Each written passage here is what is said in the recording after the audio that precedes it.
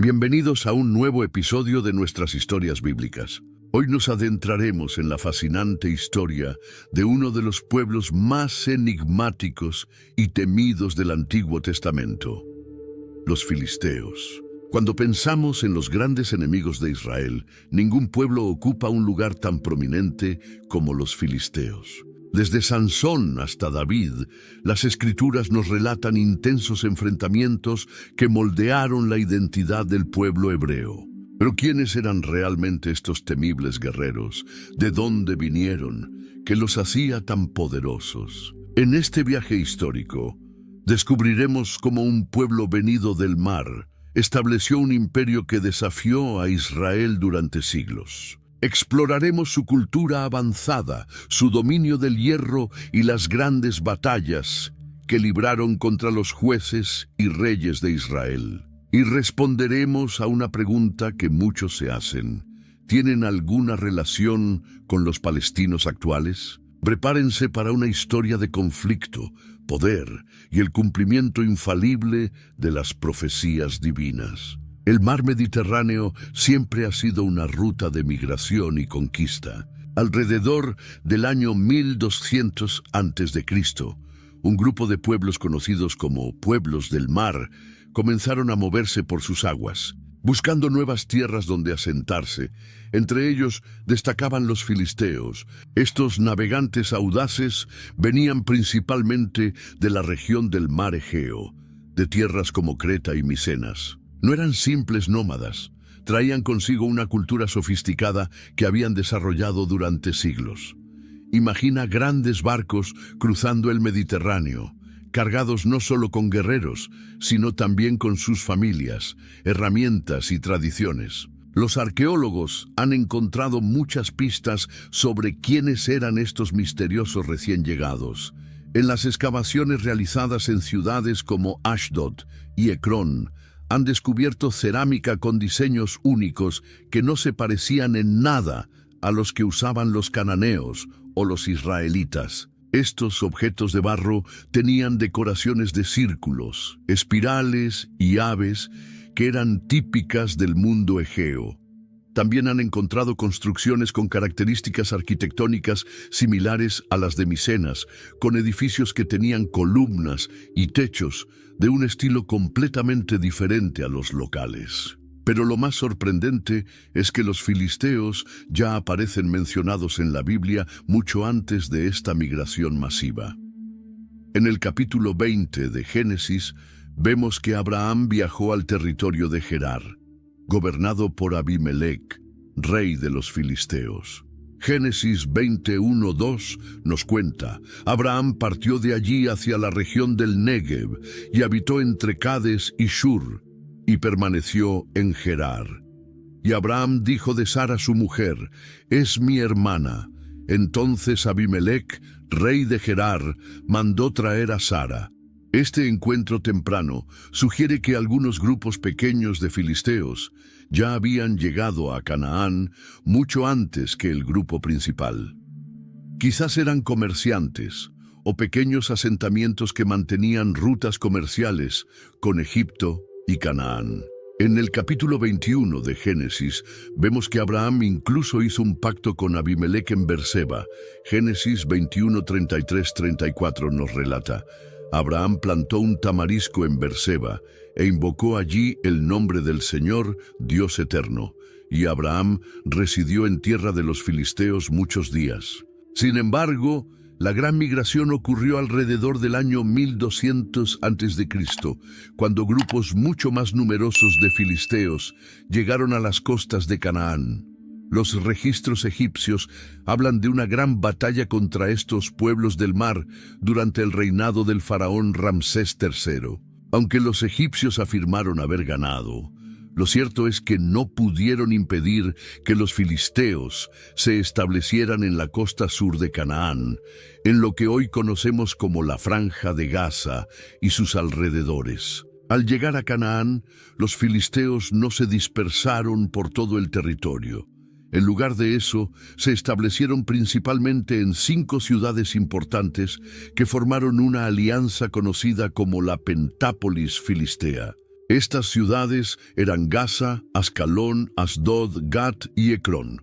Cada una de estas ciudades se convirtió en un centro de poder y cultura filistea.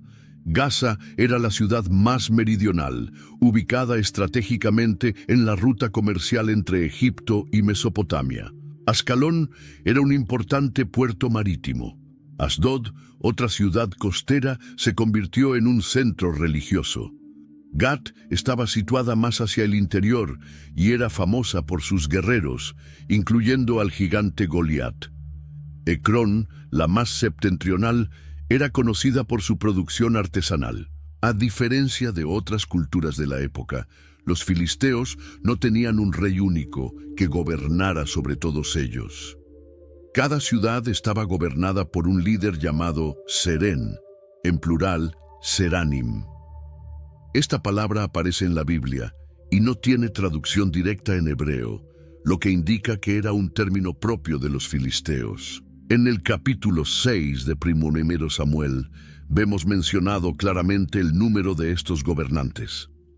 Primero Samuel 6:4 nos dice: ellos preguntaron, ¿cuál ha de ser la ofrenda de culpa que le hemos de enviar? Y ellos respondieron, 5 tumores de oro y 5 ratones de oro, conforme al número de los príncipes de los filisteos, porque la misma plaga ha afligido a todos vosotros y a vuestros príncipes. Estos Seranim eran como señores o príncipes que tomaban decisiones en conjunto cuando se trataba de asuntos que afectaban a todas las ciudades, como la guerra contra Israel. Era un sistema político bastante avanzado para su época, una especie de federación que les permitía mantener la independencia local mientras cooperaban en asuntos más amplios. Pero lo que realmente hizo poderosos a los filisteos fue su dominio de la metalurgia del hierro.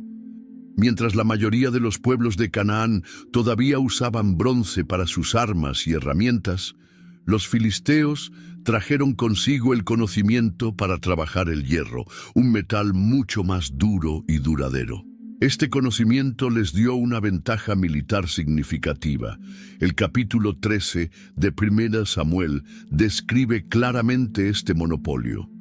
1 Samuel 13, 19, 22 nos relata: y no se hallaba herrero en toda la tierra de Israel, porque los filisteos habían dicho, no sea que los hebreos hagan espadas o lanzas.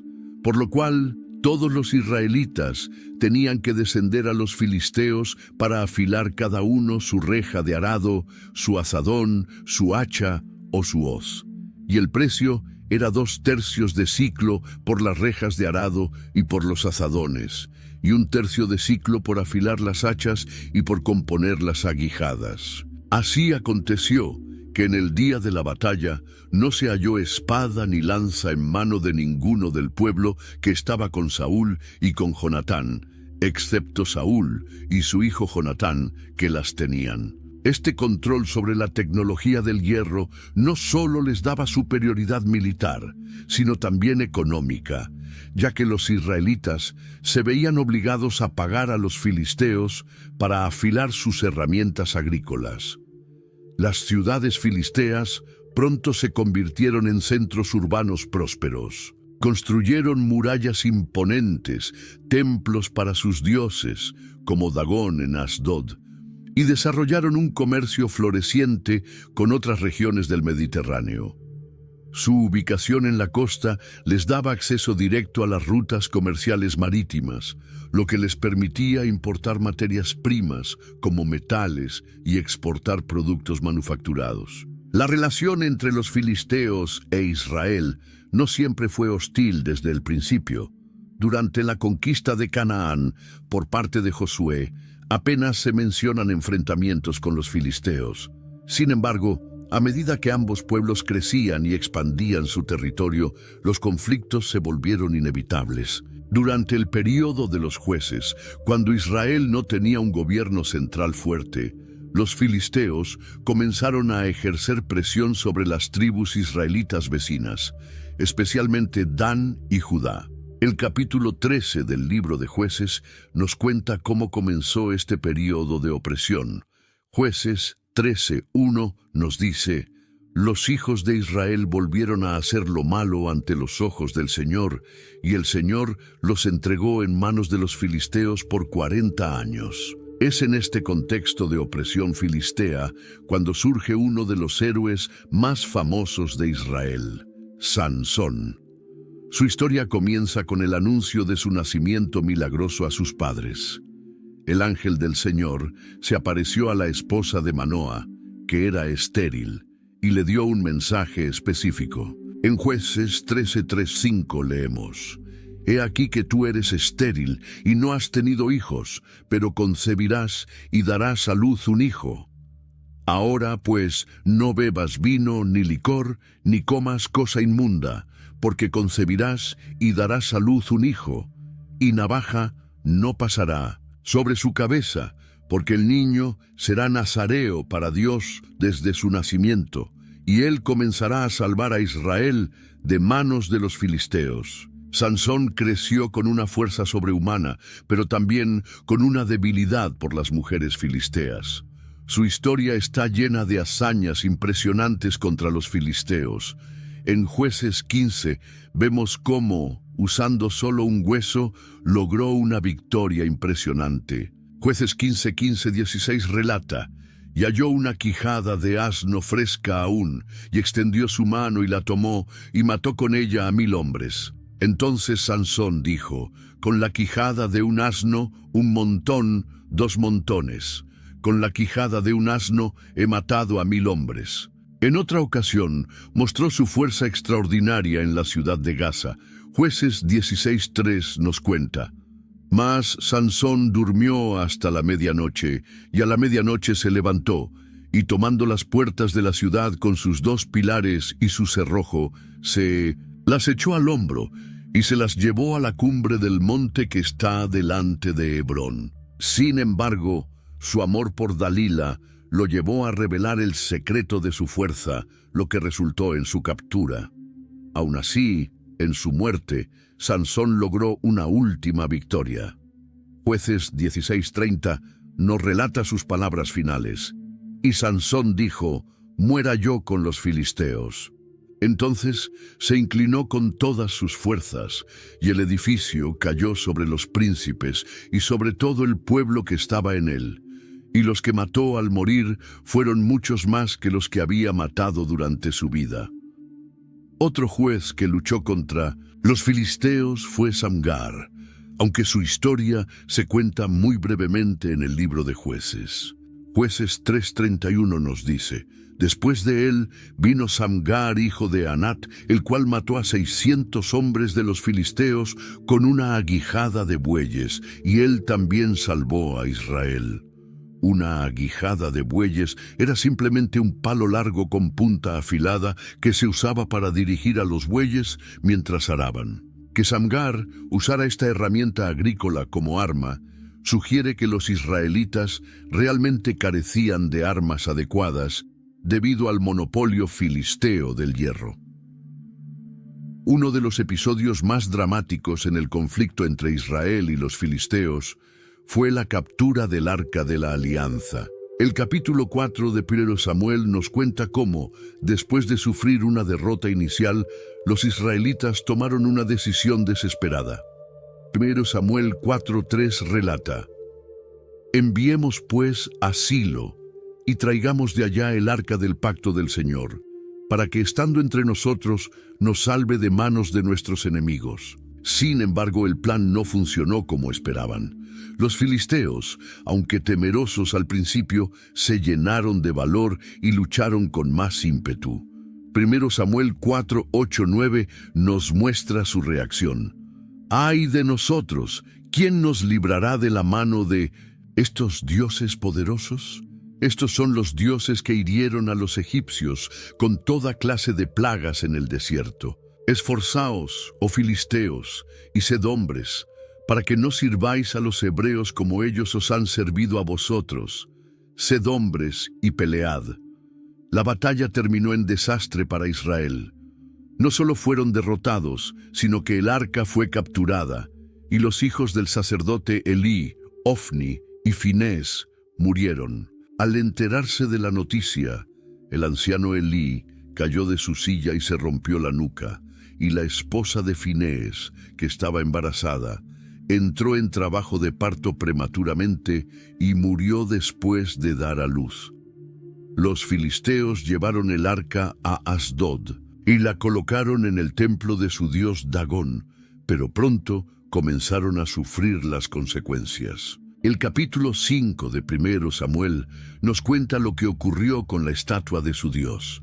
1 Samuel 5:4 relata: Y cuando se levantaron temprano al día siguiente, he aquí que Dagón había caído rostro en tierra delante del arca del Señor, y la cabeza de Dagón y las 2 palmas de sus manos estaban cortadas sobre el umbral, solo el tronco de Dagón le quedaba. Además, los habitantes de Asdod fueron afligidos con una enfermedad dolorosa. 1 Samuel 5:6 nos dice: la mano del Señor se hizo sentir pesadamente sobre los de Asdod, y los asoló y los hirió con tumores, tanto a Asdod como a su territorio.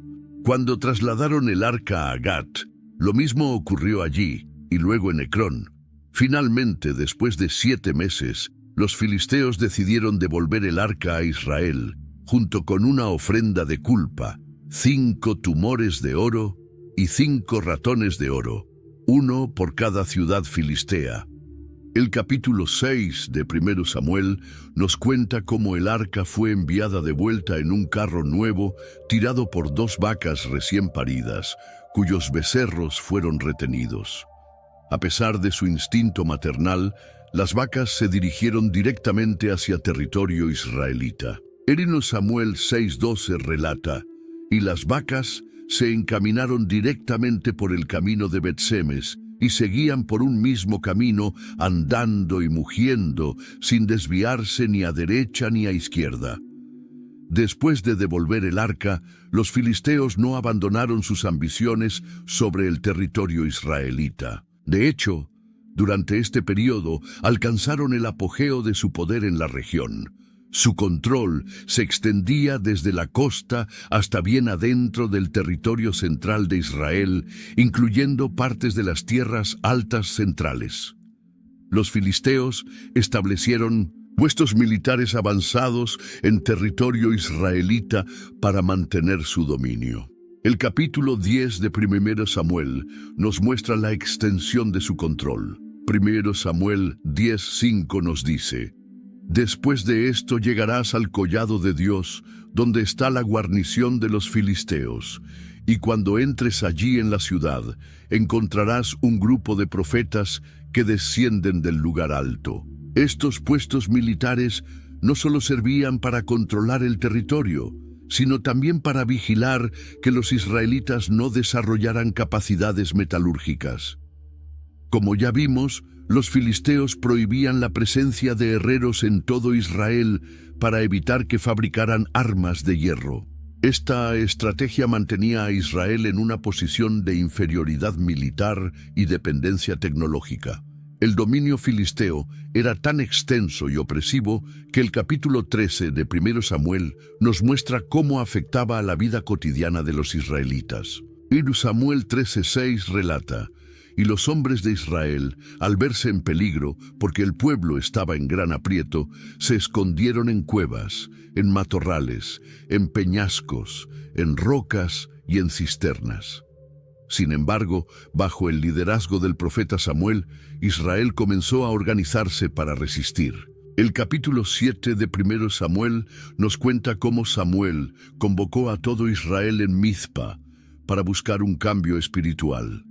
1 Samuel 7:3 nos dice: y Samuel habló a toda la casa de Israel, diciendo: si os volvéis al Señor de todo vuestro corazón, quitad de entre vosotros los dioses extranjeros y las Astarot, y preparad vuestro corazón al Señor, y servidle solo a Él, y Él os librará de mano de los filisteos. Los filisteos, al enterarse de esta reunión, la interpretaron como un acto de rebelión y marcharon contra Israel.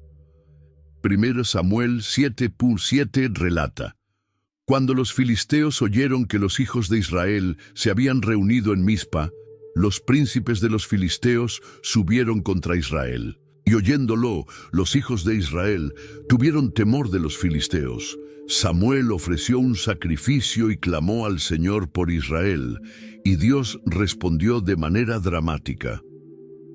Primera Samuel 7:10 nos cuenta: Y aconteció que mientras Samuel ofrecía el holocausto, los filisteos llegaron para pelear con Israel.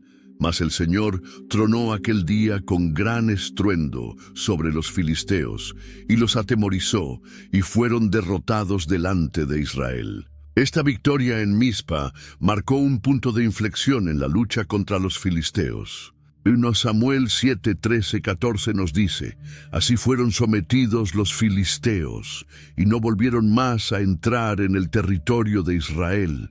Y la mano del Señor estuvo contra los filisteos todos los días de Samuel, y las ciudades que los filisteos habían tomado de Israel fueron restituidas a Israel, desde Ecrón hasta Gat. E Israel libró su territorio de mano de los filisteos. Y hubo paz entre Israel y los amorreos. Sin embargo, esta paz no duró para siempre.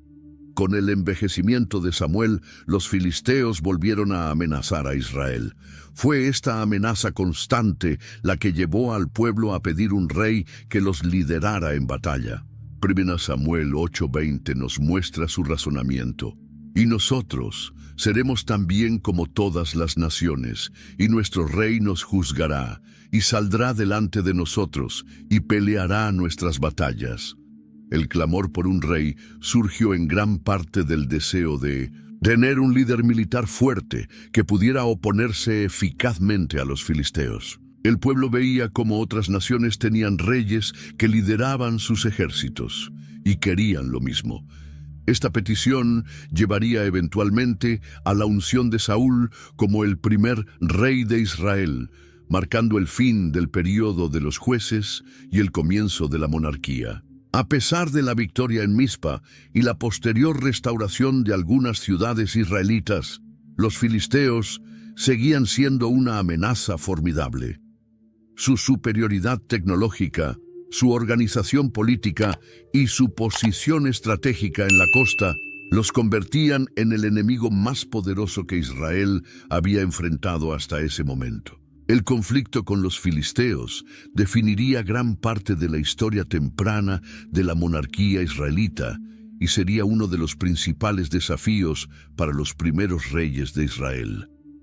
Cuando Saúl se convirtió en el primer rey de Israel, los filisteos dominaban gran parte del territorio. El nuevo rey tenía una misión clara: liberar a su pueblo de esta opresión. Sin embargo, los primeros días de su reinado no fueron fáciles. Los filisteos tenían guarniciones militares en pleno corazón del territorio israelita. La primera gran victoria contra los filisteos no vino del rey, sino de su hijo Jonatán. En el capítulo 13 de 1 Samuel vemos cómo comenzó esta batalla por la libertad. Jonatán, joven y valiente, decidió actuar sin siquiera informar a su padre. 1 Samuel 13:3 nos cuenta: Y Jonatán atacó la guarnición de los filisteos que había en Geba, y lo oyeron los filisteos. Entonces Saúl hizo tocar trompeta por todo el país, diciendo: Oigan los hebreos. Este ataque sorpresa desencadenó una respuesta inmediata de los filisteos, que movilizaron un ejército enorme. El texto bíblico describe su impresionante fuerza en 1 Samuel 13:5, y los filisteos se reunieron para pelear contra Israel. 30,000 carros, 6,000 hombres de a caballo y pueblo numeroso como la arena que está a la orilla del mar. Y subieron y acamparon en Micmas, al oriente de Bet-Aven. Frente a semejante amenaza, muchos israelitas se escondieron en cuevas y otros huyeron más allá del Jordán. Saúl esperaba en Gilgal la llegada del profeta Samuel para ofrecer sacrificios antes de la batalla, pero al ver que Samuel se demoraba y que su ejército comenzaba a dispersarse, decidió ofrecer él mismo los sacrificios, violando así las instrucciones del profeta. Después de este incidente, Saúl marchó con sus hombres hacia Gibeá de Benjamín.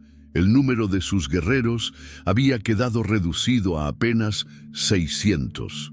Mientras tanto, los filisteos enviaban destacamentos para saquear el territorio israelita. La situación parecía desesperada, pero Jonatán nuevamente dio un paso audaz. En el capítulo 14 de 1 Samuel, vemos cómo él y su escudero decidieron atacar solos un puesto avanzado filisteo.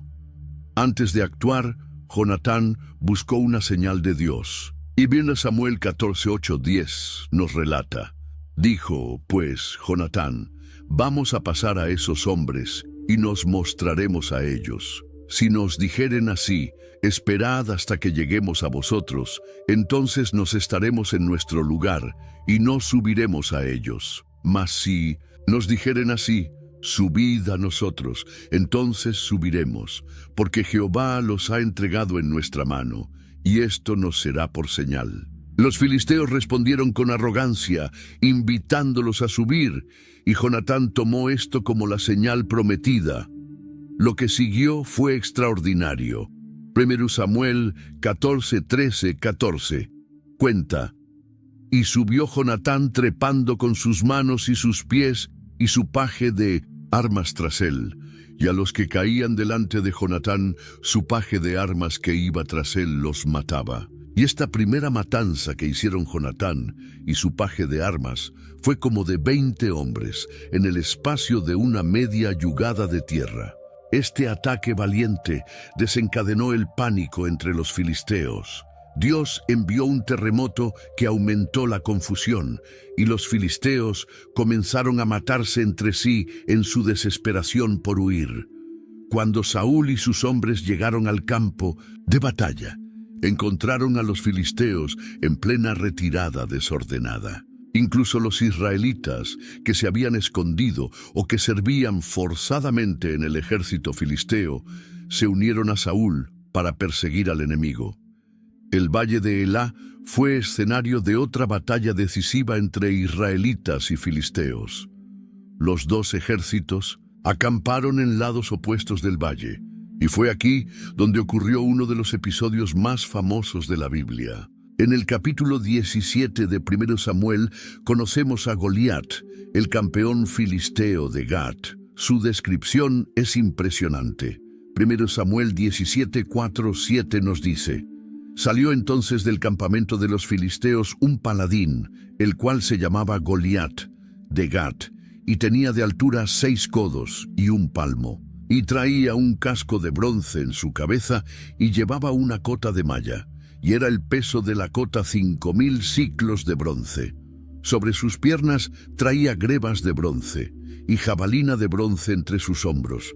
El asta de su lanza era como un rodillo de telar, y tenía el hierro de su lanza 600 siclos de hierro, e iba su escudero delante de él. Durante 40 días, mañana y tarde, Goliat desafió a los israelitas a enviar a alguien para combatir con él en duelo singular, pero nadie se atrevía a enfrentarlo. El rey Saúl había prometido grandes recompensas a quien derrotara al gigante, pero el miedo paralizaba a todos. Fue entonces cuando llegó al campamento un joven pastor llamado David. Había venido a traer provisiones a sus hermanos mayores que servían en el ejército. Cuando David oyó los insultos de Goliat contra el ejército del Dios viviente, se ofreció para luchar contra él. En 1 Samuel 17:32 leemos: y dijo David a Saúl: no desmaye el corazón de ninguno a causa de él. Tu siervo irá y peleará contra este filisteo. Saúl dudaba que un muchacho pudiera enfrentarse a un guerrero experimentado, pero David le contó cómo había matado leones y osos para proteger su rebaño. Finalmente Saúl aceptó y quiso darle su propia armadura, pero David la rechazó porque no estaba acostumbrado a ella. El encuentro entre David y Goliat es uno de los momentos más dramáticos de la Biblia.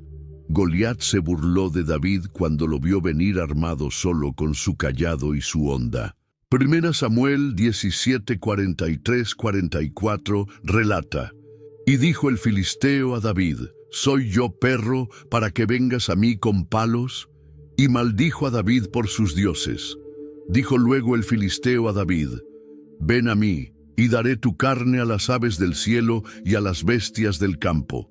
Pero David respondió con fe y valentía. Primera Samuel 17, 45, 47 recoge sus palabras. Entonces dijo David al filisteo: Tú vienes a mí con espada y lanza y jabalina, mas yo vengo a ti en el nombre de Jehová de los ejércitos, el Dios de los escuadrones de Israel, a quien tú has provocado. Jehová te entregará hoy en mi mano, y yo te venceré, y te cortaré la cabeza, y daré hoy los cuerpos de los filisteos a las aves del cielo y a las bestias de la tierra, y toda la tierra sabrá que hay Dios en Israel. Y sabrá toda esta congregación que Jehová nos salva con espada y con lanza, porque de Jehová es la batalla, y Él os entregará en nuestras manos. Lo que siguió fue asombroso. David corrió hacia Goliat, tomó una piedra de su bolsa, la puso en su honda y la lanzó. La piedra se hundió en la frente del gigante, que cayó de bruces. David corrió, tomó la espada de Goliat y le cortó la cabeza con ella. Al ver muerto a su campeón, los filisteos huyeron, y los israelitas los persiguieron hasta las puertas de Ecrón y Gat, saqueando luego su campamento. Esta victoria catapultó a David a la fama en Israel, pero también despertó los celos de Saúl, que comenzó a verlo como una amenaza para su trono. A pesar de algunos éxitos iniciales, el reinado de Saúl terminó en tragedia. Los filisteos seguían siendo una amenaza constante y finalmente reunieron sus fuerzas para una gran batalla en el monte Gilboa. El capítulo 31 de Primero Samuel nos cuenta el triste final del primer rey de Israel. Los filisteos presentaron batalla en las laderas del monte Gilboa y el ejército israelita fue derrotado. Primero Samuel 31, 1-4 relata: Los filisteos, pues, pelearon contra Israel, y los de Israel huyeron delante de los filisteos, y cayeron muertos en el monte de Gilboa. Y siguiendo los filisteos a Saúl y a sus hijos, mataron a Jonatán, a Abinadab y a Malquisúa, hijos de Saúl. Y arreció la batalla contra Saúl, y le alcanzaron los flecheros, y tuvo gran temor de ellos. Entonces dijo Saúl a su escudero: Saca tu espada y traspásame con ella, para que no vengan estos incircuncisos y me traspasen y me escarnezcan. Mas su escudero no quería, porque tenía gran temor. Entonces tomó Saúl su propia espada y se echó sobre ella. El escudero de Saúl, al ver que su señor había muerto, también se suicidó. Al día siguiente, cuando los filisteos volvieron para despojar a los caídos, encontraron los cuerpos de Saúl y sus hijos.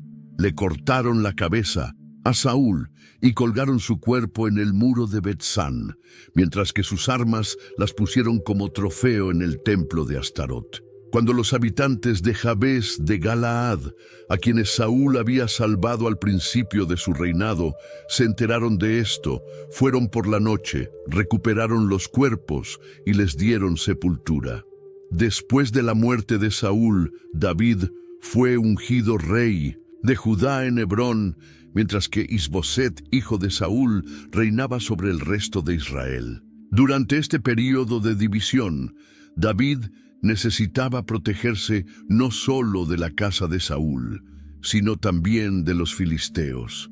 Curiosamente, antes de convertirse en rey, David había encontrado refugio entre esos mismos filisteos cuando huía de Saúl.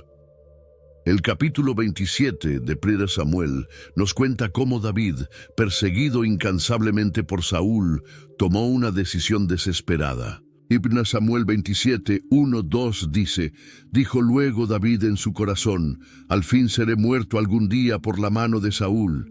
Nada, por tanto, me será mejor que fugarme a la tierra de los filisteos, para que Saúl no se ocupe de mí y no me ande buscando más por todo el territorio de Israel. Y así escaparé de su mano. Se levantó, pues, David, y con los 600 hombres que tenía consigo, se pasó a Aquis, hijo de Maoc, rey de Gat. Es sorprendente que David buscara refugio precisamente en Gat, la ciudad de Goliat, a quien él había matado. Pero David había estado allí antes, aunque en aquella ocasión tuvo que fingir locura para escapar. Esta vez, sin embargo, venía con un séquito de guerreros, y el rey Aquis lo recibió como a un valioso aliado contra Saúl.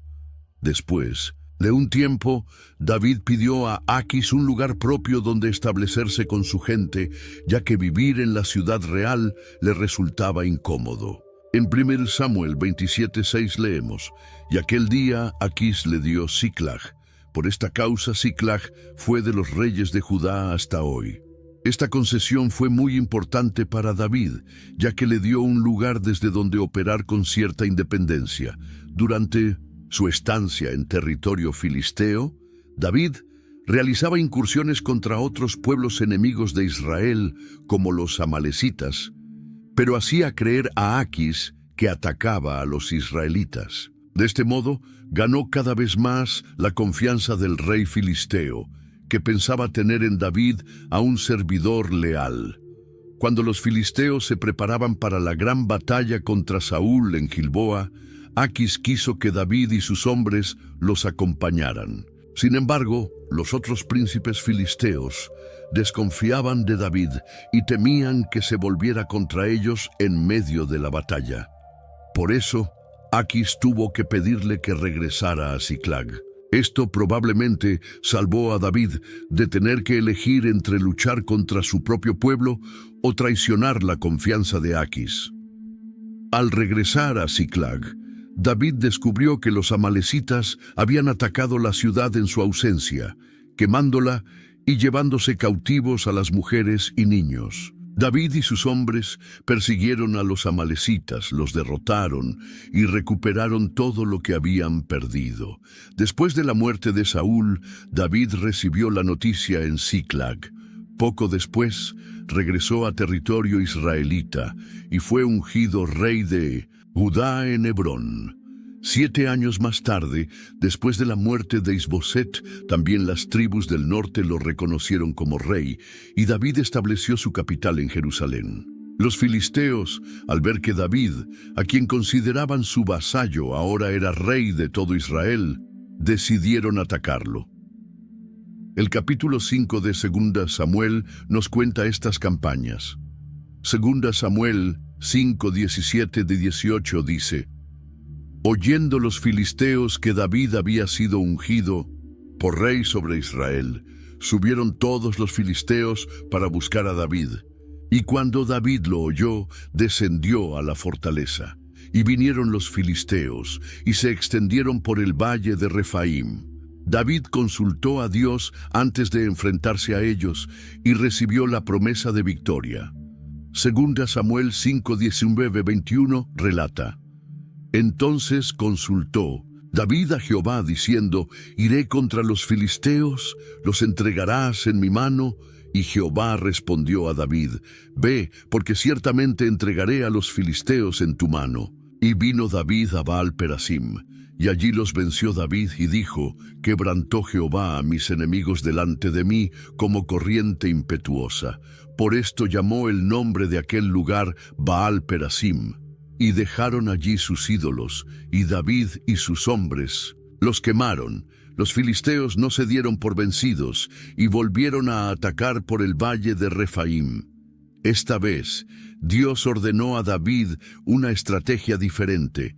2 Samuel 5, 23-25 nos cuenta: «Y consultando David a Jehová, él le respondió: No subas, sino rodéalos, y vendrás a ellos enfrente de las balsameras. Y cuando oigas un estruendo como de marcha por las copas de las balsameras, entonces te moverás, porque Jehová saldrá delante de ti a herir el campamento de los filisteos». Y David lo hizo así, como Jehová se lo había mandado. e hirió a los filisteos desde Geba hasta llegar a Gezer. Estas victorias marcaron el comienzo del fin del dominio filisteo. David no solo detuvo sus ataques, sino que pasó a la ofensiva y llevó la guerra a sus ciudades. Entre sus conquistas se encontraba Gat, considerada la madre de las ciudades filisteas por su importancia. El capítulo 18 de Primera de Crónicas menciona esta conquista. Después de esto, aconteció que David derrotó a los filisteos y los humilló, y tomó a Gat y sus villas de mano de los filisteos. Primera Crónicas 18:1. Una de las estrategias más interesantes de David fue incorporar a guerreros filisteos en su propio ejército. El más famoso grupo eran los quereteos, que junto con los peleteos formaban la guardia personal del rey. En 2 Samuel 8:18 leemos: y Benaía, hijo de Joiada, estaba sobre los cereteos y peleteos, y los hijos de David eran los príncipes. Estos quereteos eran probablemente mercenarios filisteos o cretenses, relacionados con los pueblos del mar de los que descendían los filisteos. David, que había vivido entre los filisteos y conocía sus habilidades militares, los incorporó a su servicio, convirtiéndolos en una unidad de élite. La guardia de quereteos y peleteos se mantuvo leal a David incluso durante la rebelión de Absalón, y más tarde apoyó a Salomón cuando hubo disputa por la sucesión. Primero Reyes 1:38 nos dice: y descendieron el sacerdote Sadoc, el profeta Natán, Benaía hijo de Joiada, y los cereteos y peleteos, y montaron a Salomón en la mula del rey David, y lo llevaron a Gión. La paz que David había logrado imponer sobre los filisteos continuó durante gran parte del reinado de Salomón, pero no duró para siempre. Ya durante los últimos años de Salomón, cuando el reino comenzaba a mostrar signos de debilidad, se produjeron algunas revueltas en las zonas fronterizas, incluido el territorio filisteo. Después de la muerte de Salomón, el reino se dividió. Las 10 tribus del norte formaron el reino de Israel con capital en Samaria, mientras que Judá y Benjamín permanecieron leales a la casa de David, formando el reino de Judá con capital en Jerusalén.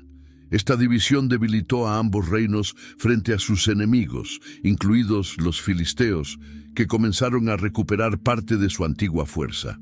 Durante el reinado de Jorán en Judá, los filisteos realizaron incursiones devastadoras en el territorio judaíta.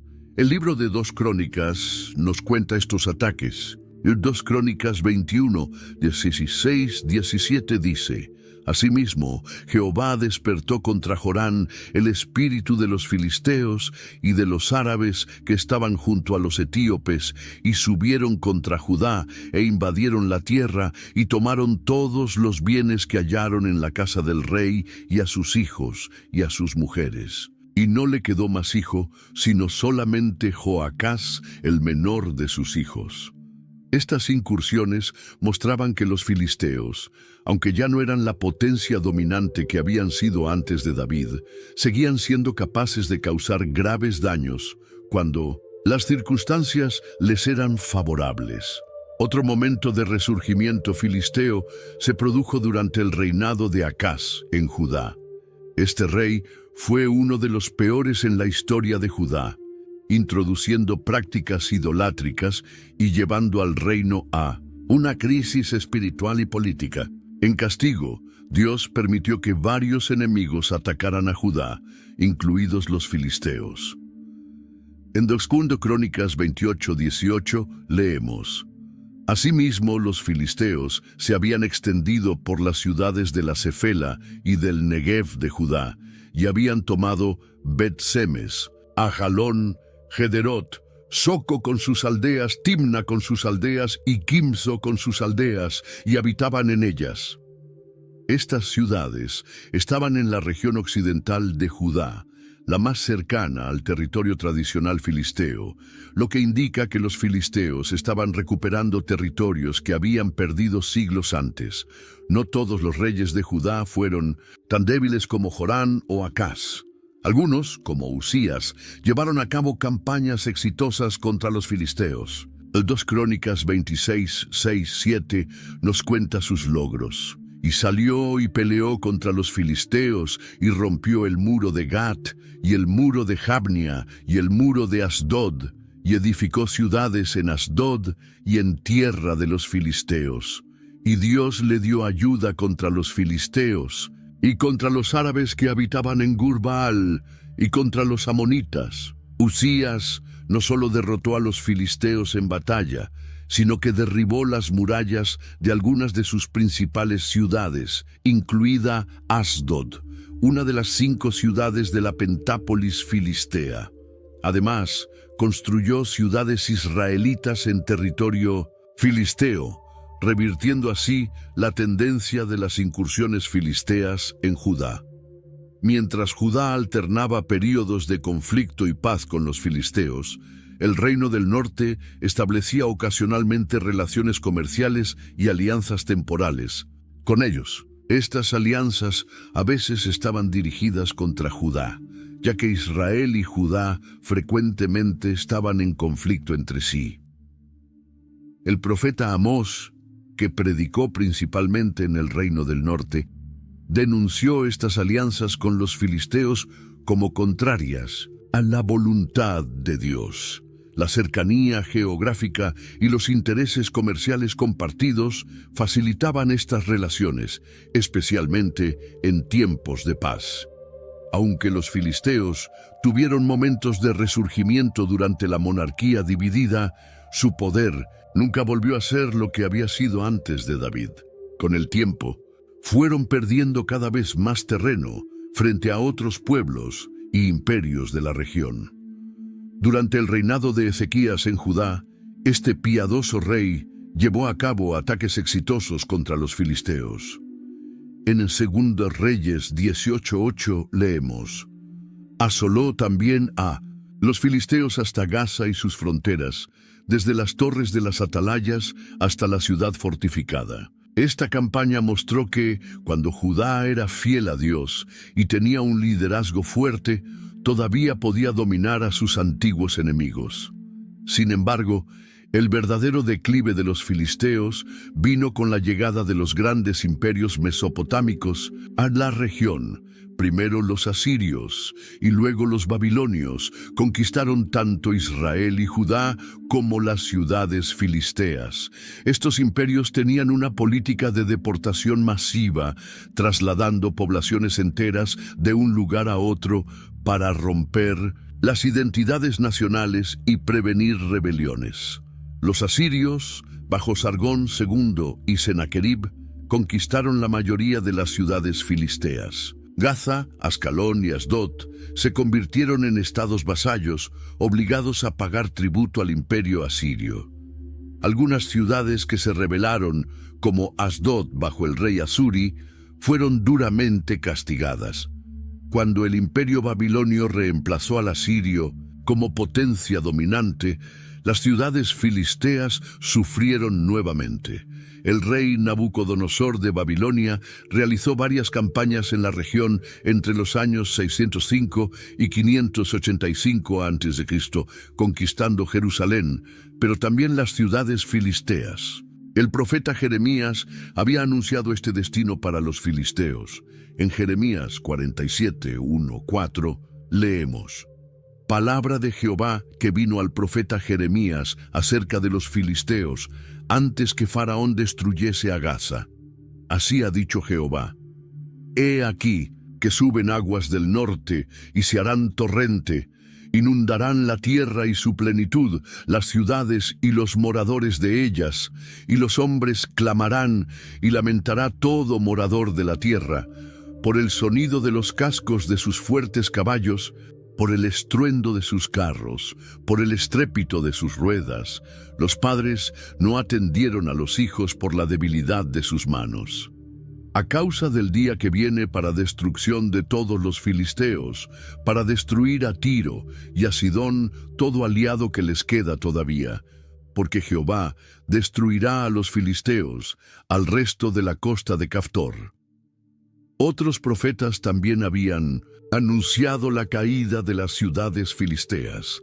Amós 1, 6, 8 dice: Así ha dicho Jehová, por 3 pecados de Gaza, y por el 4 no revocaré su castigo, porque llevó cautivo a todo un pueblo para entregarlo a Edom.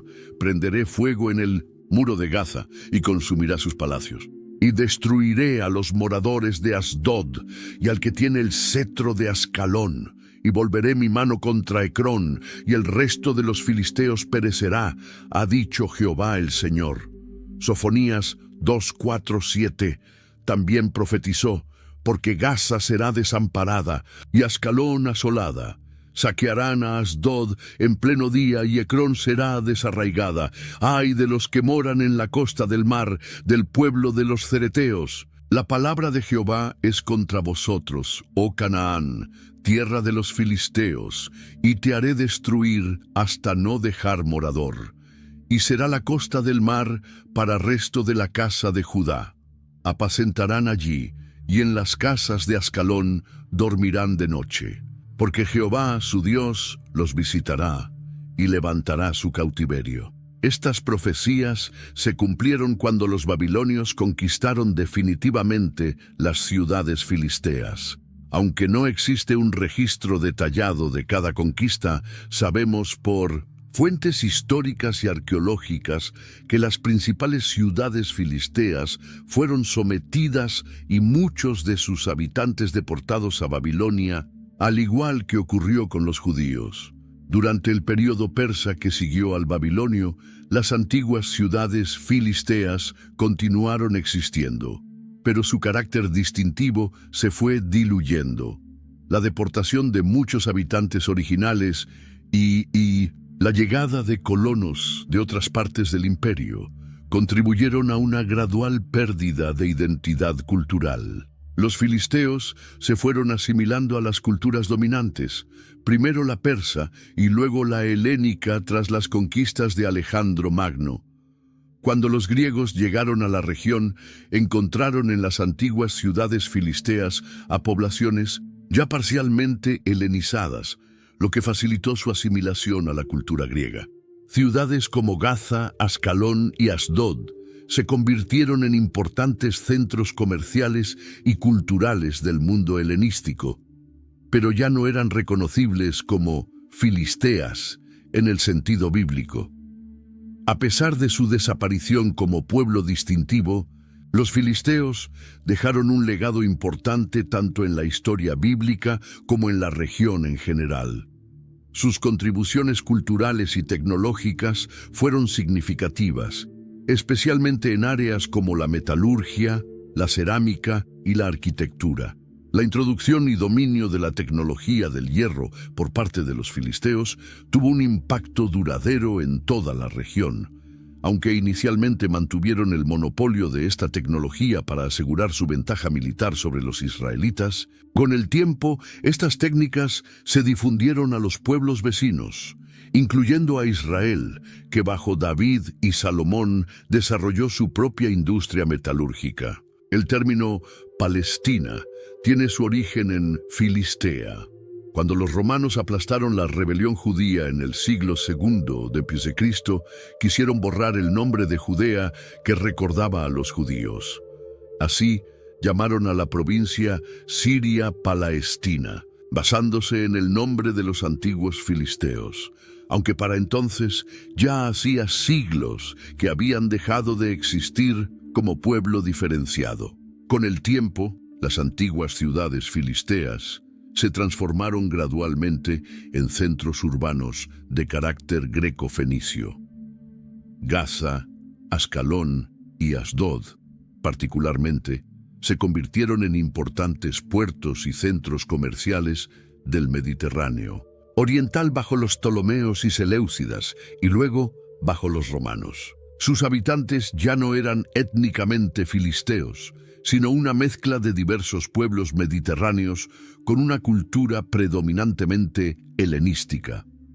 Las excavaciones arqueológicas modernas en lugares como Ashdod, Ascalón, Ecrón, Telmicne y Gat Tel Safi han arrojado luz sobre la cultura material de los filisteos. Los arqueólogos han descubierto restos de cerámica, edificios, armas y objetos religiosos que confirman muchos de los detalles mencionados en la Biblia sobre este pueblo.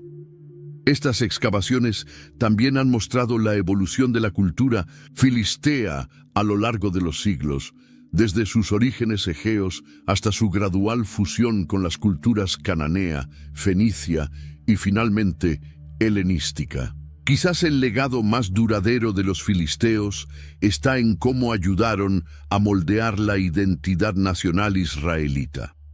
Al ser el otro más prominente y amenazador en las fronteras de Israel durante siglos, los filisteos contribuyeron a definir, por contraste, lo que significaba ser israelita. Los relatos de los conflictos con los filisteos ocupan un lugar importante en la narrativa bíblica, desde el período de los jueces hasta la monarquía. Héroes como Sansón, Samuel, Saúl y especialmente David se definieron en gran parte por su oposición a los filisteos. La victoria de David sobre Goliat no es solo una historia de valentía individual, sino también un símbolo de cómo Israel, aunque más pequeño y aparentemente más débil, podía triunfar sobre sus enemigos más poderosos cuando confiaba en Dios. Estas historias formaron parte esencial de la autocomprensión de Israel como pueblo elegido de Dios. Incluso en la literatura sapiencial y poética de la Biblia, los filisteos aparecen como ejemplo de enemigos que Dios finalmente somete.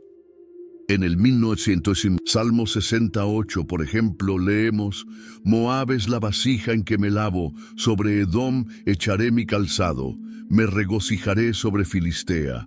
Estas referencias muestran cuán profundamente estaba arraigada la imagen de los filisteos como adversarios en la conciencia colectiva de Israel. Hemos llegado al final de nuestro viaje a través de la historia de los filisteos, uno de los pueblos más importantes y fascinantes de la narrativa bíblica. Los filisteos no fueron simplemente antagonistas en la historia de Israel. Fueron una pieza fundamental en el desarrollo del pueblo de Dios. A través de sus conflictos con Israel, Dios moldeó a su pueblo, levantó jueces y reyes, y mostró su poder y fidelidad una y otra vez. Sin los filisteos, no tendríamos las historias de Sansón que nos enseñan sobre la fuerza y la debilidad humana. No conoceríamos el relato de David y Goliat, que nos muestra cómo la fe puede vencer a los gigantes que enfrentamos en la vida. Y no entenderíamos completamente cómo Dios guió a Israel desde un conjunto de tribus hasta convertirse en un reino unificado bajo David. Incluso en su desaparición eventual, los filisteos nos enseñan sobre la soberanía de Dios en la historia. Las profecías contra ellos se cumplieron, demostrando que la palabra de Dios permanece fiel aun cuando pasan siglos. Amigo que me estás viendo, espero que esta historia te haya ayudado a comprender mejor la Biblia y a ver cómo cada detalle en las Escrituras forma parte de un plan divino mayor. Si te ha gustado este video, no olvides darle like y compartirlo con alguien que también pueda beneficiarse de esta enseñanza. Y si aún no te has suscrito a nuestro canal, te invito a hacerlo ahora mismo para no perderte nuestros próximos estudios bíblicos. Recuerda que conocer las historias bíblicas no es solo acumular conocimiento, sino entender mejor el carácter de Dios y su obra en la historia humana. Hasta el próximo video.